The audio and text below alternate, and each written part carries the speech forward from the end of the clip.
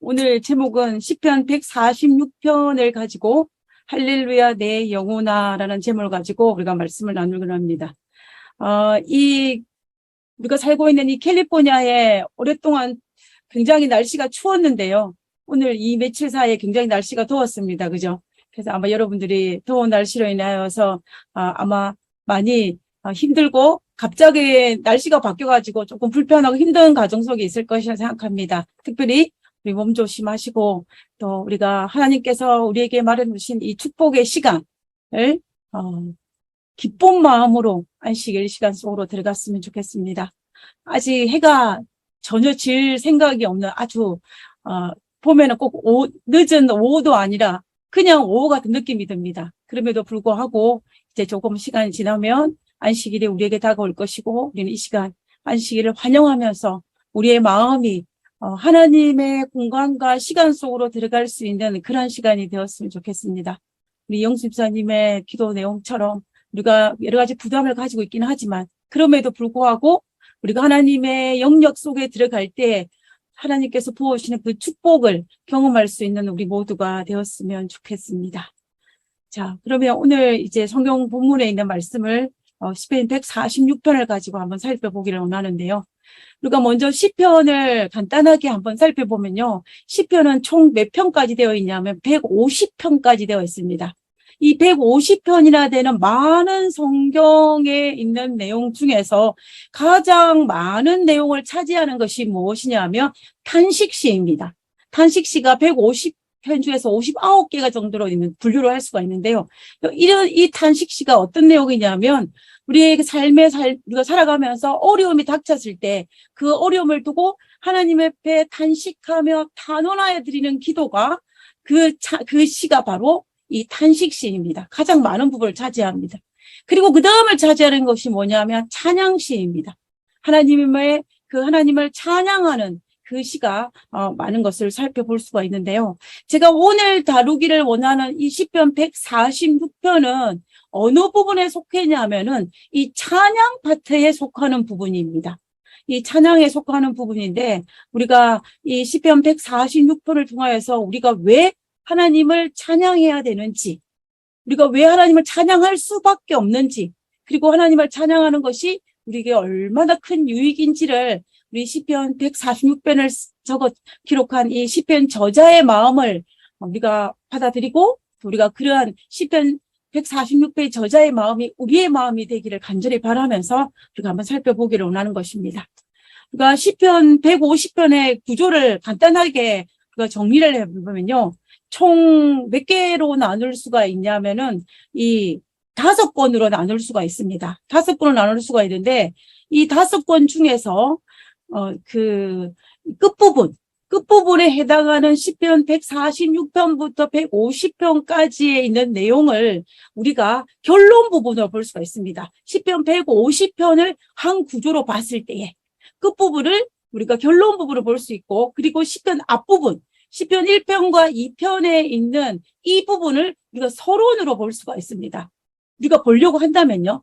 근데 특별히 오늘 다루기를 원하는 이 시편 146편은 5권에 속하는 것으로서 시편의 결론 파트에 들어가는 부분으로 볼 수 있습니다.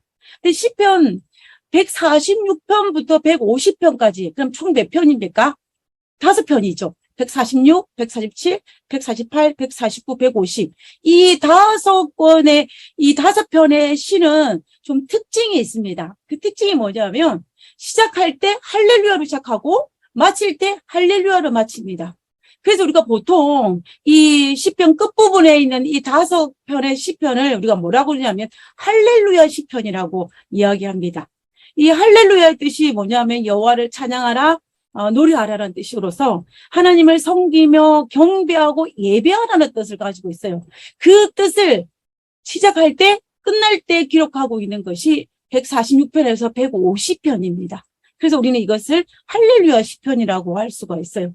시편 150편의 이 전체가 한꺼번에 편집된 것이 아니고 우리가 대략적으로 3권까지는 바벨론 포로 이전에 편집했다라고 이야기하고, 그리고 4권부터 5권까지를 바벨론 포로 이후에 편집하였다라고 학자들은 보고 있습니다.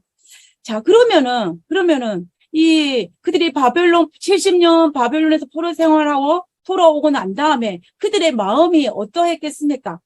정말 70년 동안 바벨론에서 포로 생활했지만 그럼에도 불구하고 그들이 그곳에 죽임을 당하지 아니하고 살아서 자기의 고향이자 하나님의 약속했던 이 예루살렘에 돌아왔을 때의 그 감동과 그리고 하나님께서 그 포로 70년의 그 삶 속에서 하나님이 돌보셨다라는 그것을 기억하면서 그들이 얼마나 하나님께 감사와 찬양을 돌리는 마음이었겠습니까? 그래서 정말로 이 끝부분에는 또 이 시편을 마무리하면서 할렐루야 할렐루야를 반복하면서 하나님을 찬양하고 있는 것을 우리가 볼 수가 있는 것입니다. 저는 그래서 시편 이 150번을 이제 마무리하면서 그들은 그들의 삶이 현재의 삶이 비록 힘들고 고통 가운데 있고 아픔에 있고 탄식의 순간이 있기는 하지만 그럼에도 불구하고 하나님의 돌보심과 인도하심을 믿고 있기에 그리고 그것을 인정하기에 그리고 그것을 경험하였기 때문에 할렐루야로 하나님을 찬양하면서 시편을 마무리 짓고 있는 것을 우리가 볼 수가 있는 것입니다. 그런 측면에서 시편 146편에 나타난 이 찬양은 정말로 자신의 온 생애에 경험했던 것 그리고 자기가 봤던 이 모든 것들을 그 마음을 가지고 하나님께 찬양을 돌리는 그러한 것으로 우리가 볼 수가 있는 것입니다. 자, 그러면 우리가 시편 146편에 있는 말씀을 한번 읽어보도록 하겠습니다. 여러분들 성경책을 가지고 계신 분이 있으면 시편 146편을 펼쳐서 한번 같이 읽으면 좋을 것 같습니다. 시편 146편에 있는 말씀입니다. 할렐루야, 할렐루야 시작했죠? 할렐루야, 내 영혼아 여호와를 찬양하라. 나의 생전에 여호와를 찬양하며 나의 평생에 내 하나님을 찬송하리로다. 귀인들을 의지하지 말며 도울 힘이 없는 인생도 의지하지 말지니 그의 호흡이 끊어지면 흙으로 돌아가서 그날에 그의 생각이 소멸하리로다. 야곱의 하나님을 자기의 도움으로 삼으며 여호와 자기 하나님에게 자기의 소망을 두는 자는 복이 있도다.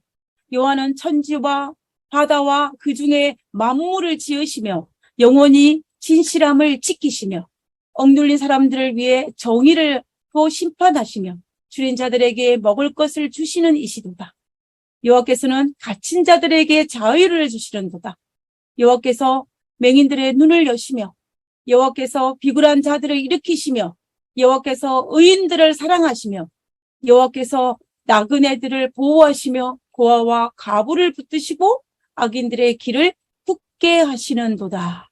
그리고 마지막 절에 시온아 여호와는 영원히 다스리시고 내 하나님은 대대로 통치하시리로다. 할렐루야. 이렇게 하면 시편 146편이 맞춰집니다. 시작에도 할렐루야, 끝에도 할렐루야를 외치며 하나님을 찬양하라, 찬송하자, 경배하자라는 내용을 계속 싣고 있는 부분이 우리 시편 146편인 것을 알 수가 있습니다. 그럼 우리가 그 시편 146편에 있는 그 말씀을 안으로 들어가서 한번 살펴보도록 하겠습니다. 먼저 1절과 2절에 살펴보면요. 1절과 2절에서 할렐루야 내 영혼아 여호와를 찬양하라 그랬습니다. 1절과 2절에서 이 찬양하라는 그 말이 몇 번 반복되냐면은 2절에 3번 반복되어 있는 것을 볼 수가 있습니다. 그래서 시편 기자는 우리가 하나님을 찬양하도록 하나님을 경배하도록 하나님께 예배드리도록 우리를 초청하고 있고 또 자기 자신을 하나님께 찬양과 경배로 들어가려고 하고 있는 그렇게 하면서 이 시편을 시작하는 것을 볼 수가 있습니다. 우리가 안식일날 교회를 가면 제일 먼저 뭘 합니까? 성전에 가서 하나님께 기도를 합니다. 그죠? 기도를 하면서 우리의 마음과 우리의 몸이 하나님의 성전 안에 들어가서 하나님을 찬양하는 걸로 들어가는 것입니다. 그러면서 하루를 그 안식일을 시작하는 것을 우리가 볼 수가 있는데요. 이런 모든 것과 마찬가지로 이 시편의 저자는 자신도 우리 모두가 다 하나님 앞에 찬양과 경배로 이끄는 것을 볼 수가 있습니다. 이 찬양화를 이 사전적으로 살펴보면 이 찬양을 뭐라고 이야기하고 있냐면요. 이렇게 기록하고 있습니다. 그 의미를요, 칭찬하다, 찬미하다, 존경하다, 갈채를 보내다, 인정하다의 뜻을 이렇게 가지고 있어요. 사전적인 의미로서. 그래서 우리가 이 의미들을 살펴보면 이 찬양의 그 의미는 하나님 무언가를 했던 그 사건을 어떻게 하는 거예요? 인정하고 내가 받아들인다는 의미를 가지고 있습니다. 그리고 또 그 하나님께서 했던 그 모든 일들을 내가 어떻게 한다? 공감한다는 뜻을 가지면서 찬양을 하는 거예요. 우리가 아멘 할 때랑 아마 거의 비슷하지 않을까라는 생각을 하게 되는 것입니다. 그래서 이 할렐루야, 내 영혼아 여호와를 찬양하라. 나의 생전에, 내 평생에 여호와를 찬양한다는 말의 의미가 무엇이겠습니까?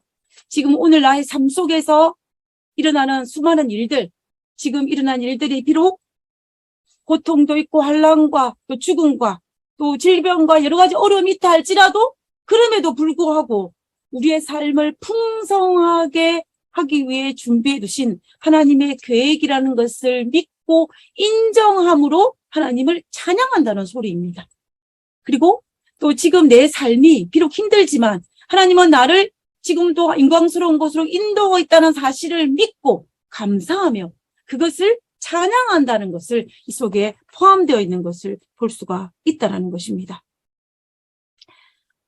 만약에 우리의 삶에 있어서 우리의 삶이 오늘 하루의 삶이 내 평생의 삶이 하나님의 은혜라는 생각을 하지 못한다면 우리가 하나님께 찬양을 돌릴 수가 있을까요? 아마 찬양을 못할 것입니다. 하나님을 원망할 것입니다. 그러나 오늘 나의 나됨이 하나님의 은혜라고 생각을 하게 된다면 그리고 오늘 내가 있는 이 모든 일들이 하나님께서 내게 베푸신 축복이라는 것을 인정한다면 그때야 비로소 우리가 하나님께 찬양을 돌릴 수 있는 것입니다. 지금 당장 내 눈앞에는 뭐가 없다 할지라도 찬양의 거리가 없다 할지라도 그럴지라도 하나님께서는 나를 정말 은혜 베풀기 위해서 나의 모든 것들을 준비하고 있다는 사실을 믿을 때에 그때에 우리는 찬양할 수가 있는 것입니다. 그래서 이 시편의 저자가 뭐라고 얘기합니까? 나의 생전의 여호와를 찬양하며 나의 평생에 내 하나님을 찬송하리로다 라고 이야기하는 것입니다. 나는 어떤 상황에 닥친다 할지라도 내 하나님을 찬양한다는 것입니다. 생전에 살아있는 동안에 호흡이 있는 동안에 나의 평생 중에 어떤 일이 있겠습니까? 항상 좋은 일만 있을 수 없습니다. 그죠?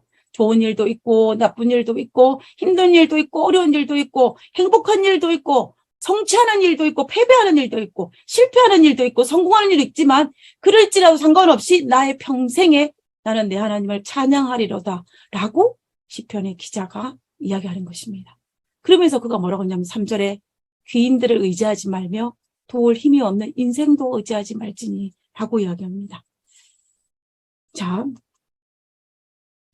이 땅에서 영원히 의지할 수 있는 무엇인가가 있을까요? 우리가 이 땅에 살면서 정말 누군가든지 무엇이든 상관없이 영원히 의지할 수 있는 것이 혹시 있을까요? 한때는 우리가 정말로 의지했던 사람이라 할지라도 그 사람이 변하기도 합니다. 그죠? 그럼 우리가 어떻게 해요? 상처를 받아요. 우리가 그 사람을 의지하고 그 사람을 믿었는데 그 사람이 변화하니까 내가 상처를 받는 것입니다.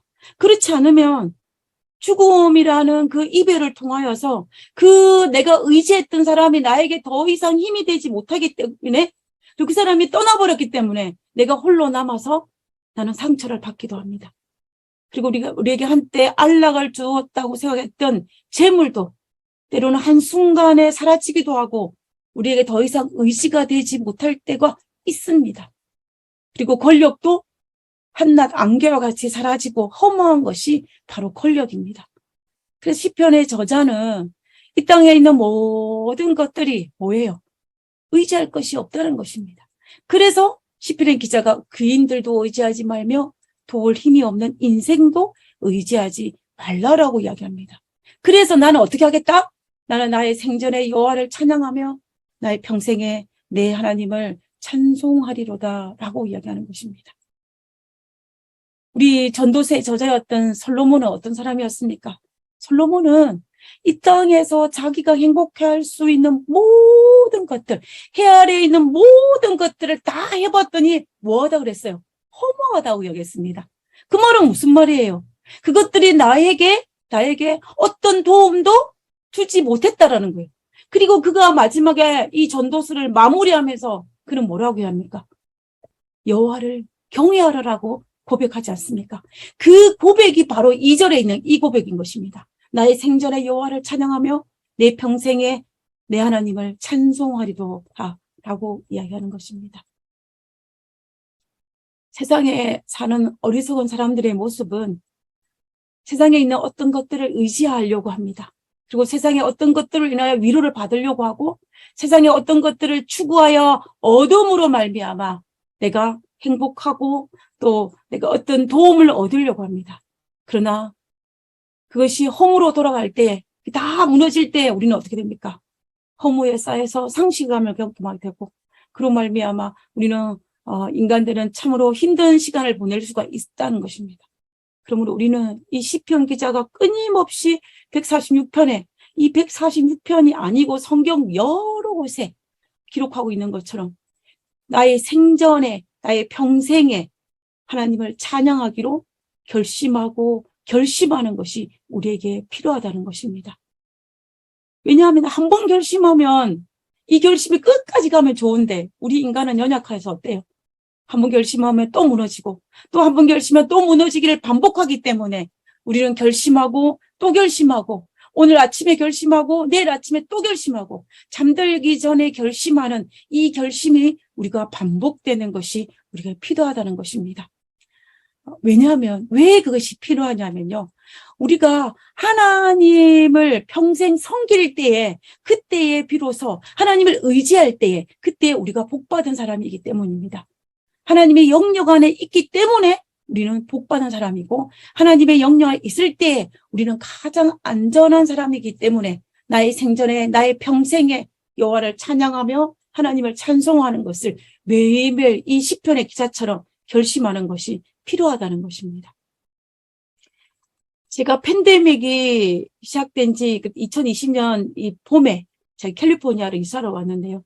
그때 제가 코델리아에 살았습니다. 이 코델리아 살았는데 이사 온 첫 해에 이사 온 지 얼마 안 됐을 때 제가 살고 있는 이 집 뒷산이 산불이 났어요. 산불이 났습니다. 그래서 산불이 났는데 이 산은 그 팬데믹 시절에 저희 가족들이 종종 올랐던 산이었어요. 올랐던 산이었는데 이 산이 높은 산이 아니고 좀 아주 나지막한 야산이었습니다.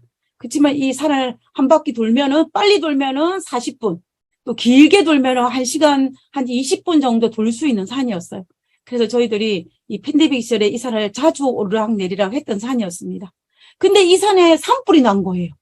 산불이 나가지고 이 산에 있던 이 나무들이나 이런 모든 것들을 다 태워버렸습니다. 산이 자그만하기 때문에 이제 몇 시간 만에 이 산이 산불이 진압이 되었어요.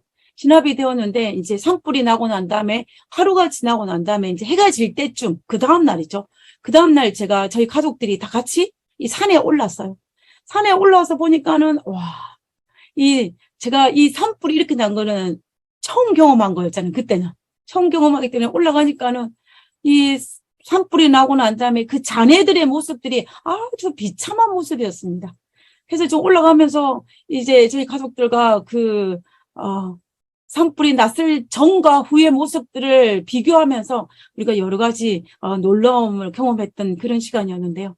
그런데 이제 이 중턱에 올라가니까는 어떤 일이 발생했냐면 분명히 소방관 아저씨들이 불을 다 끄고 철수를 했는데 여기저기에서 오락모락 연기가 올라오고 있는 것이었습니다. 그래서 궁금증을 참지 못해서 그 연기가 나고 있는 곳을 가까이 갔어요. 가까이 가는데 무슨 일이 나냐면 그 연기가 나는 주변 한가운데 여전히 불이 타고 있는 것입니다.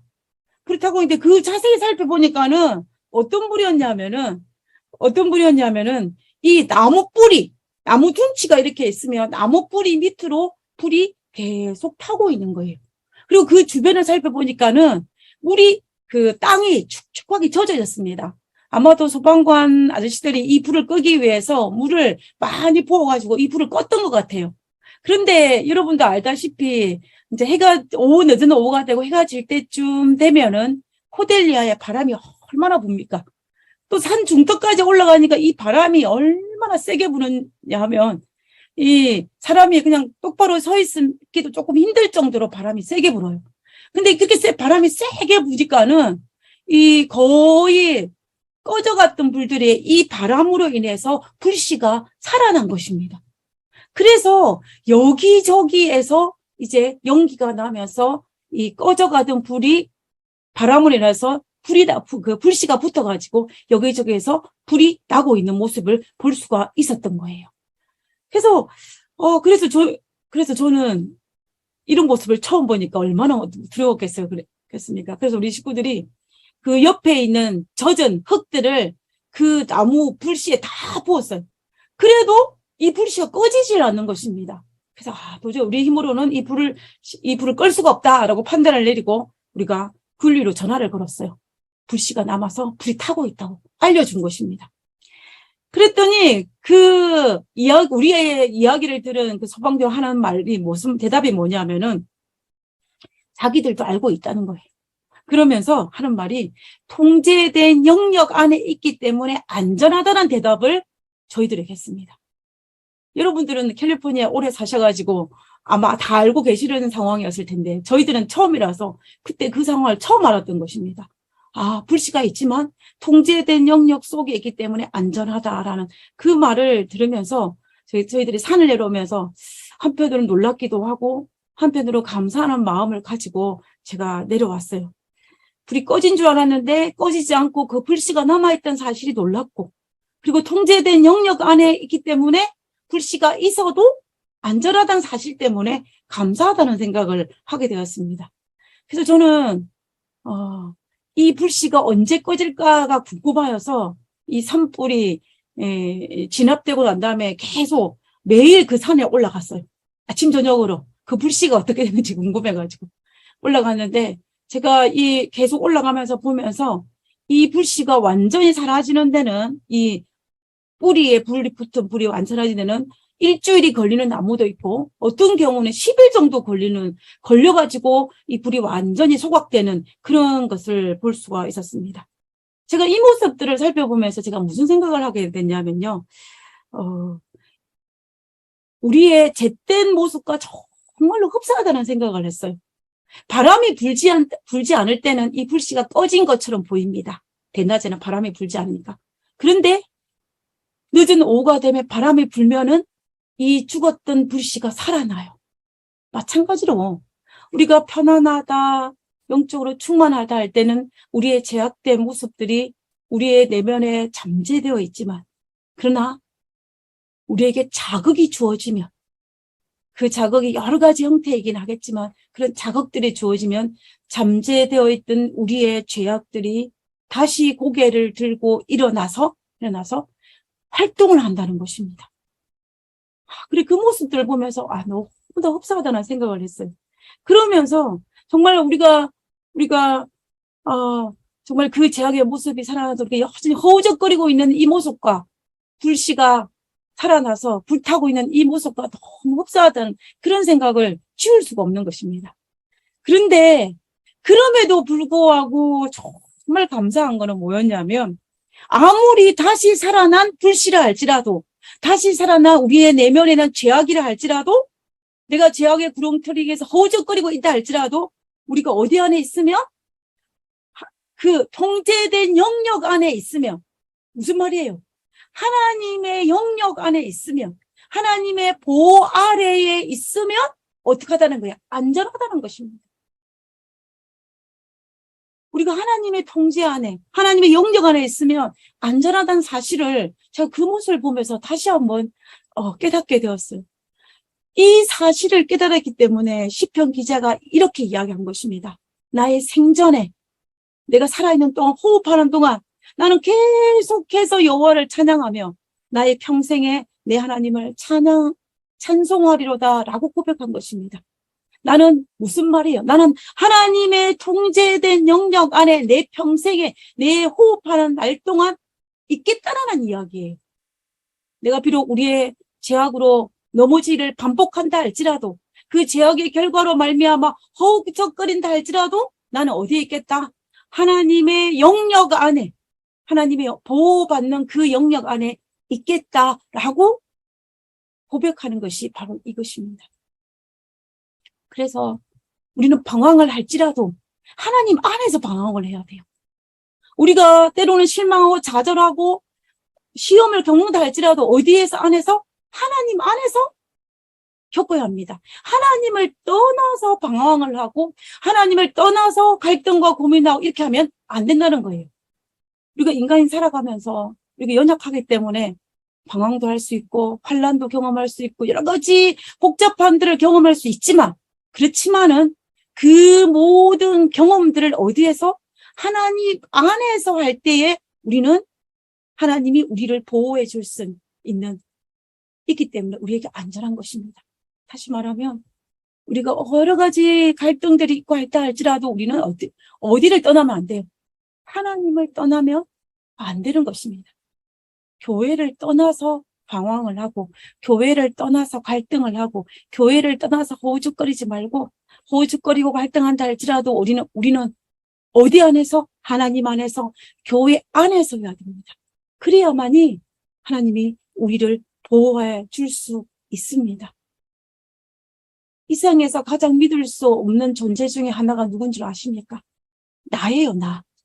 이 세상에서 가장 믿을 수 없고 가장 정말 신뢰할 수 없는 한 존재가 바로 나라는 것입니다. 그래서 정말 내 눈에 보이지 아니하는 이 죄악의 불씨가 언제 살아날지 모르기 때문에 우리는 우리의 영혼을 소멸시키는 이 죄악의 고개를 들기 전에 이전에 우리는 하나님의 영역 안에 거해야 되고 하나님의 통제 안에 있어야 됩니다. 그리고 그것이 고개를 들었다 할지라도 우리는 어디에 있어야 된다 하는 거예요. 하나님의 영역 안에 하나님의 통제 아래에 교회 아래에 있을 때에 우리는 하나님의 보호를 받을 수 있고 우리는 안전하다는 것입니다. 그래서 우리가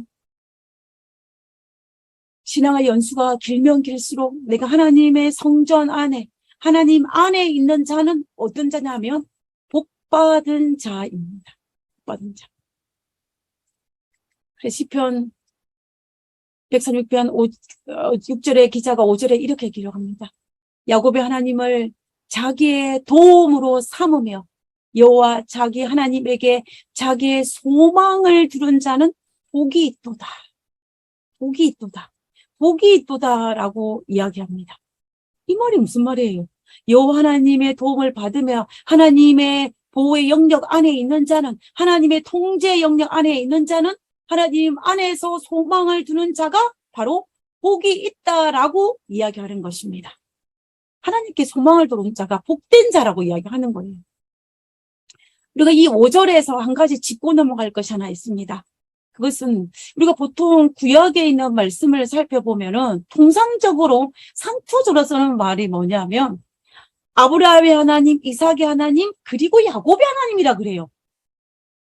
아브라함의 하나님, 이삭의 하나님, 야곱의 하나님 이것을 통상적으로 같이 씁니다.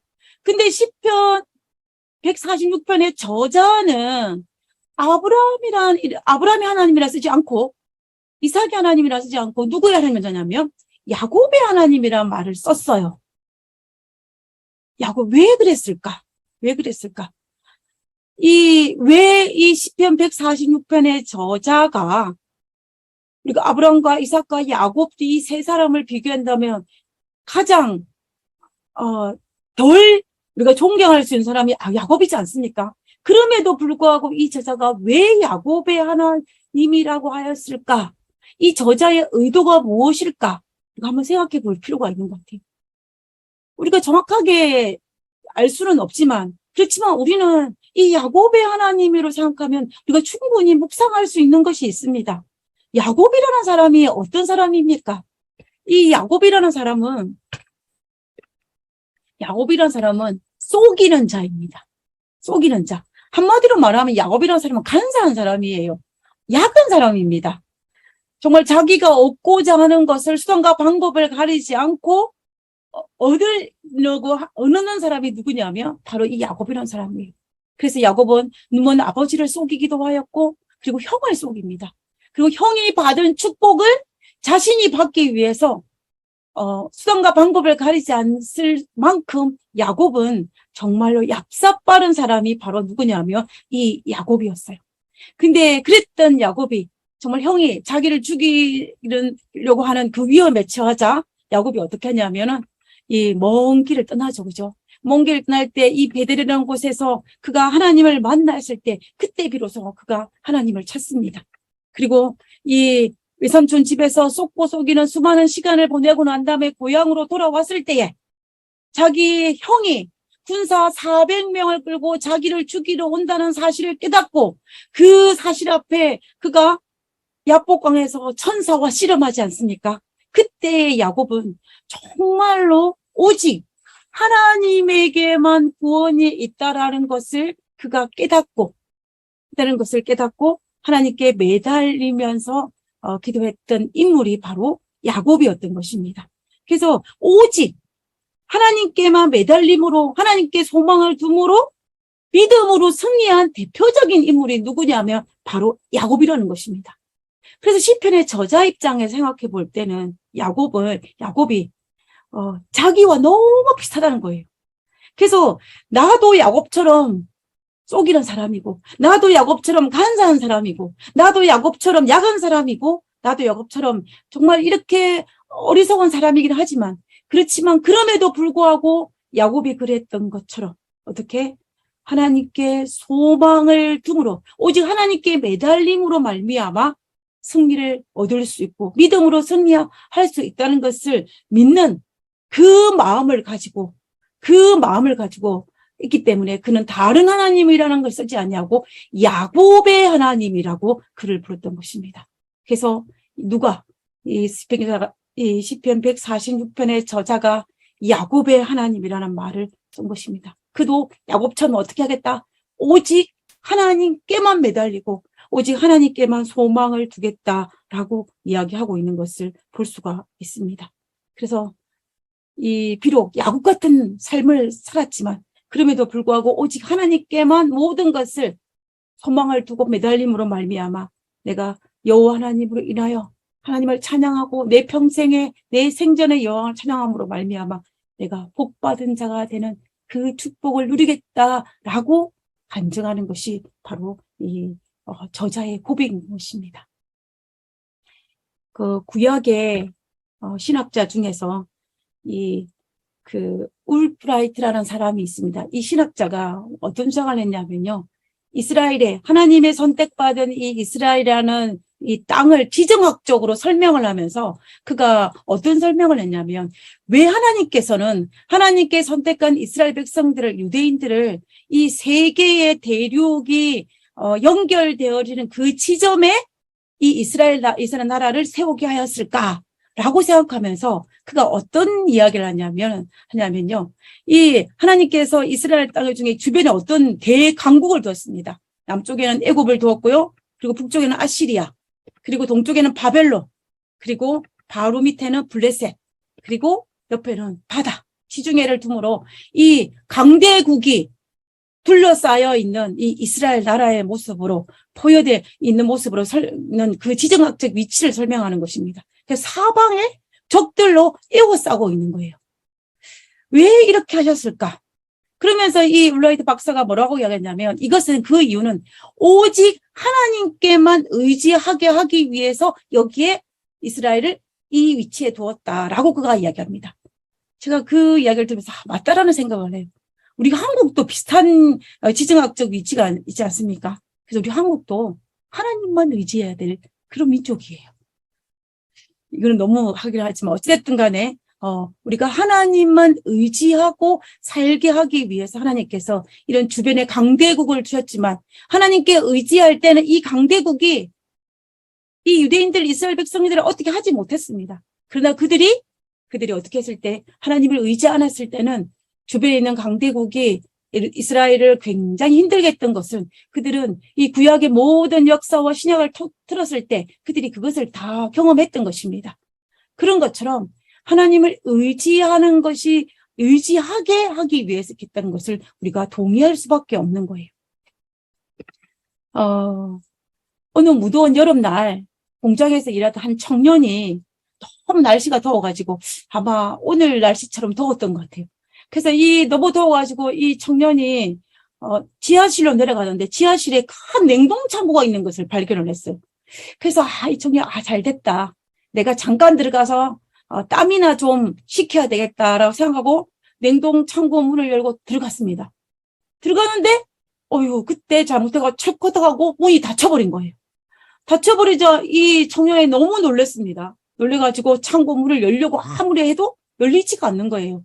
이 냉동 창고의 문의 구조는 바깥에서는 열 수 있는데 안에는 열지 못하는 구조를 만들어 놨어요.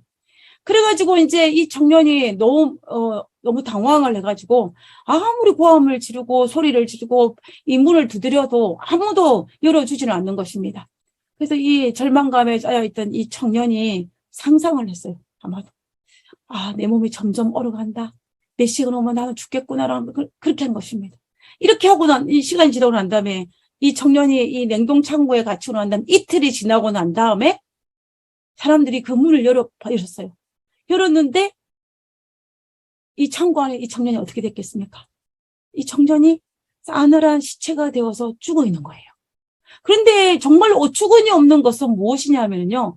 이 냉동 창고는 가동이 되는 상태가 아니었어요. 이 냉동 창고를 꺼져 있는 상황이었습니다. 그래서 이 냉동 창고의 온도가 섭씨 15도예요. 그렇기 때문에 아무런 문제가 없는 것입니다. 그리고 이 냉동 창고에는 산소가 충분했기 때문에 이 청년이 충분히 살 수 있는 그런 상태였습니다. 그럼에도 불구하고 이 청년이 죽은 것은 이 추위 때문에 죽은 것이 아니고 뭐 때문에? 절망 때문에. 절망이 이 청년을 죽음에 이르게 했다라는 것입니다. 그래서 만약에 우리가 삶을 살아가다가 우리 주변을 돌아보면서 내 삶의 모습들을 보면서 때 출구가 보이지 않는 그런 상황이 올 때에 그 순간에 우리가 위를 바라보고 하나님을 바라보고 하나님을 의지하면 우리가 살 수가 있지만 그다 이 청년처럼 의지하지 않고 이런 어떤 절망에 쌓여 있으면 살지 못하는 것입니다. 그래서 하나님을 의지하는 것은 어떤 차이냐면은 죽음과 삶의 문제예요. 삶의 문제입니다.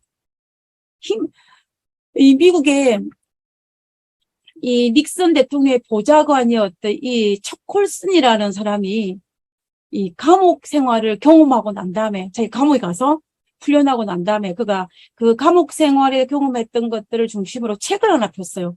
그가 어떤 책을 폈냐면 본 어게인이라는 책을 폈습니다.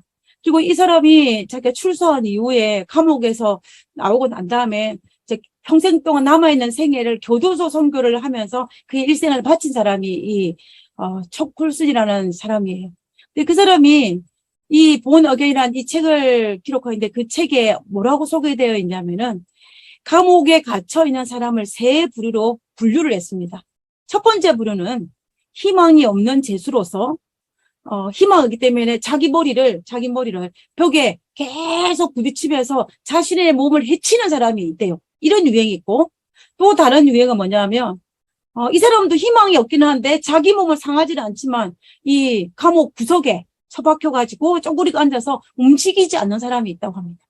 그 세 번째 부류로 설명하는 사람은 뭐냐면 이 감옥에서 나갈 것을 기다리고 기회가 있을 때마다 마당에 나가서 운동을 하는 사람, 이렇게 세 가지 부류로 설명을 했어요.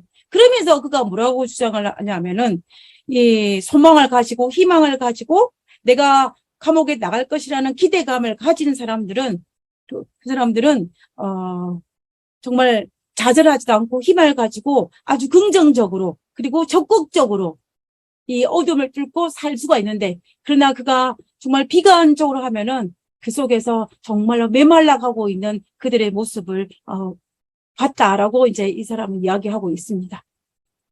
그런데 저는 이 모습을 보면서 무슨 생각을 하게 됐냐면요.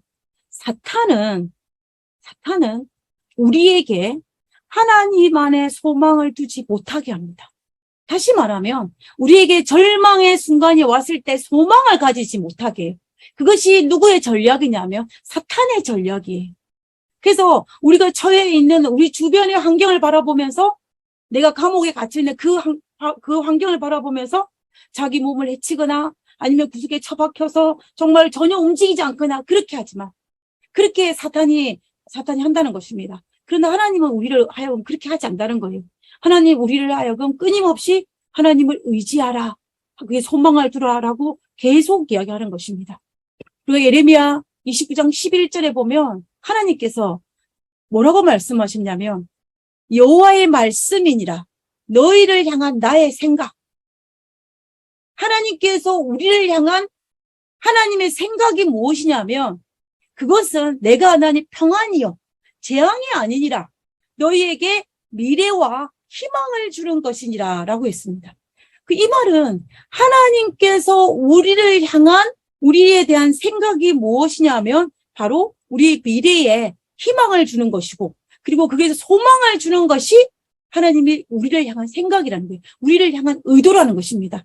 우리가 어떻게 하기를 원한다? 낙담하고 좌절하고 그렇게 하는 것을 하나님이 원하시는 것이 아니고 무엇이다? 우리에게 희망과 용기를 가지고 정말 미래를 주시고 내일을 주시는 그러한 하나님이라는 것을 우리가 이 예레미야 29장에서 우리가 알 수가 있다는 것입니다. 이 유태인 강제 수용소에서 갇혔다가 풀려난 사람 중에 나중에 정신분석학자가 된 사람이 있어요. 그 사람이 누구냐면 이 피터 플랭클이라는 사람인데 이 사람이 정신분석학자로서 이제 활동을 하다가 그가 유태인의 강제 수용소에서 경험했던 것들을 가지고 그때 관찰했던 걸 가지고 이 책을 기록하였습니다. 이 책이 의미를 찾는 인간의 탐색이라는 이 책을 기록을 하였어요. 그래서 그는 이 독일의 처참한 수용소에서 경험하였던 것들을 바라보면서 인간이 무엇을 추구하고 있는지 어떤 의미를 추구하는 게 좋은 것인지를 다 이렇게 글로 남긴 거예요. 그가 이 책 내용 중에 그가 뭐라고 기록했냐면 그가 자기가 이 나치 수용소에서 정말로 힘들고 정말로 엄청난 고문과 형벌에서 비인간적인 학대를 받으면서 살아남을 수 있던 생존할 수 있던 유일한 이유는 희망이었다고 그가 간증을 했습니다. 그러면서 그가 뭐라고 이야기했냐면은 이 수용소 안에 있는 사람들의 모습들을 살면서 세 부류로 또 설명을 하고 있어요. 그건 뭐냐면 마음으로 포기한 사람들이 있었는데 그 사람들은 몸도 곧 쇠약해졌다는 거예요. 마음으로 포기를 해버리니까 희망을 가지지 않으니까 사람의 몸도 쇠약해지는 것을 그가 발견한 것입니다. 그리고 두 번째는 끝까지 희망을 놓지 않은 사람은 몸도 건강해서 살아남을 수 있는 가능성이 있었다라는 거예요. 그리고 그 중에서 가장 건강한 사람이 누구였냐고 설명하냐면 자기 혼자서 희망을 가질 뿐만 아니라 절망 속에 있는 사람을 도와주고 그들이 계속 희망을 갖도록 격려해주는 사람이 그 사람이 가장 몸도 마음도 가장 건강한 상태였다라고 그가 설명을 하고 있습니다. 그래서 이 저자가 회고지로 말하는 게 뭐예요? 우리가 희망도 가지고 다른 사람의 연약한 사람의 주변을 돌아보면서 그들을 도와줄 때에 우리는 몸도 마음도 훨씬 건강할 수 있다라고 이야기하는 거예요. 그래서 하나님께서는 우리에게 무엇을 하십니까? 사명감을 주시는 거죠. 사명을. 우리에게 할 일을 주십니다. 우리가 아무 일도 하지 않아도 돌멩이로가 소리 질러서 이 일을 할 수 있다라고 이야기했어요. 그럼에도 불구하고 하나님께서는 우리와 협력하기를 원하시고 우리를 통해서 일하시기를 원하시는 이유가 바로 뭐냐면 우리도 하나님 안에서 희망을 가지고 그리고 우리가 가진 그 희망을 우리 주변을 돌아보면서 절망 가운데 있는 사람들에게 희망을 줌을 통하여서 누가 건강하기 위해서 나 자신이 더욱 건강하기 위한 하나님의 의도였다라는 것을 알 수가 있다라는 것입니다. 사탄은 우리에게 희망을 갖지 못하도록 하는데 하나님은 끊임없이 우리에게 희망을 가지라고 우리에게 권면하고 있는 것입니다. 그래서 이제 그 시편 140편 이제 후반부로 넘어가면 이 시편의 저자는 우리가 하나님을 찬양할 때 하나님께서 우리의 삶에 역사하시는 그 역사하신 것을 쫙 나열하면서 하나님을 찬양하는 것을 볼 수가 있습니다. 7절에 보면 억눌린 사람들을 위해 정의를 심판하시며 줄인 자들에게 먹을 것을 주시는 이시로다. 정의로운 심판과 공의로운 통치를 찬양하는 것입니다. 여호와께서 갇힌 자들에게 자유를 주시는도다. 어떻겠습니까? 이스라엘 백성들이 바벨론의 애굽의 노예로 잡혀 있을 때 그들을 해방시켜 주신 분이 바로 누구였냐면 하나님이셨습니다. 그들이 목마를 때에 먹을 것, 물을 주셨고, 그리고 굶주릴 때에 먹을 것을 주신 분은 하나님이셨어요. 그리고 그들에게 병인의 눈을 뜨게 하신 분도 하나님이셨고, 비굴한 자들을 일으키신 분도 하나님이셨고, 그리고 또 하나님은 의를 사랑하시며 나그네 된 자들을 보호하시며 고아와 과부를 붙드시고 악인들의 길을 굳게 하시는 분이 하나님이신 것입니다. 그리고 마침내 우리를 하늘에 데려가시기 위해서 이 땅에 재림하실 분도 우리의 하나님이신 것입니다. 그리고 우리에게 새로운 땅, 새하늘과 새 땅을 제공하여 주실 분도 바로 우리의 하나님이라는 것을 알 수가 있습니다.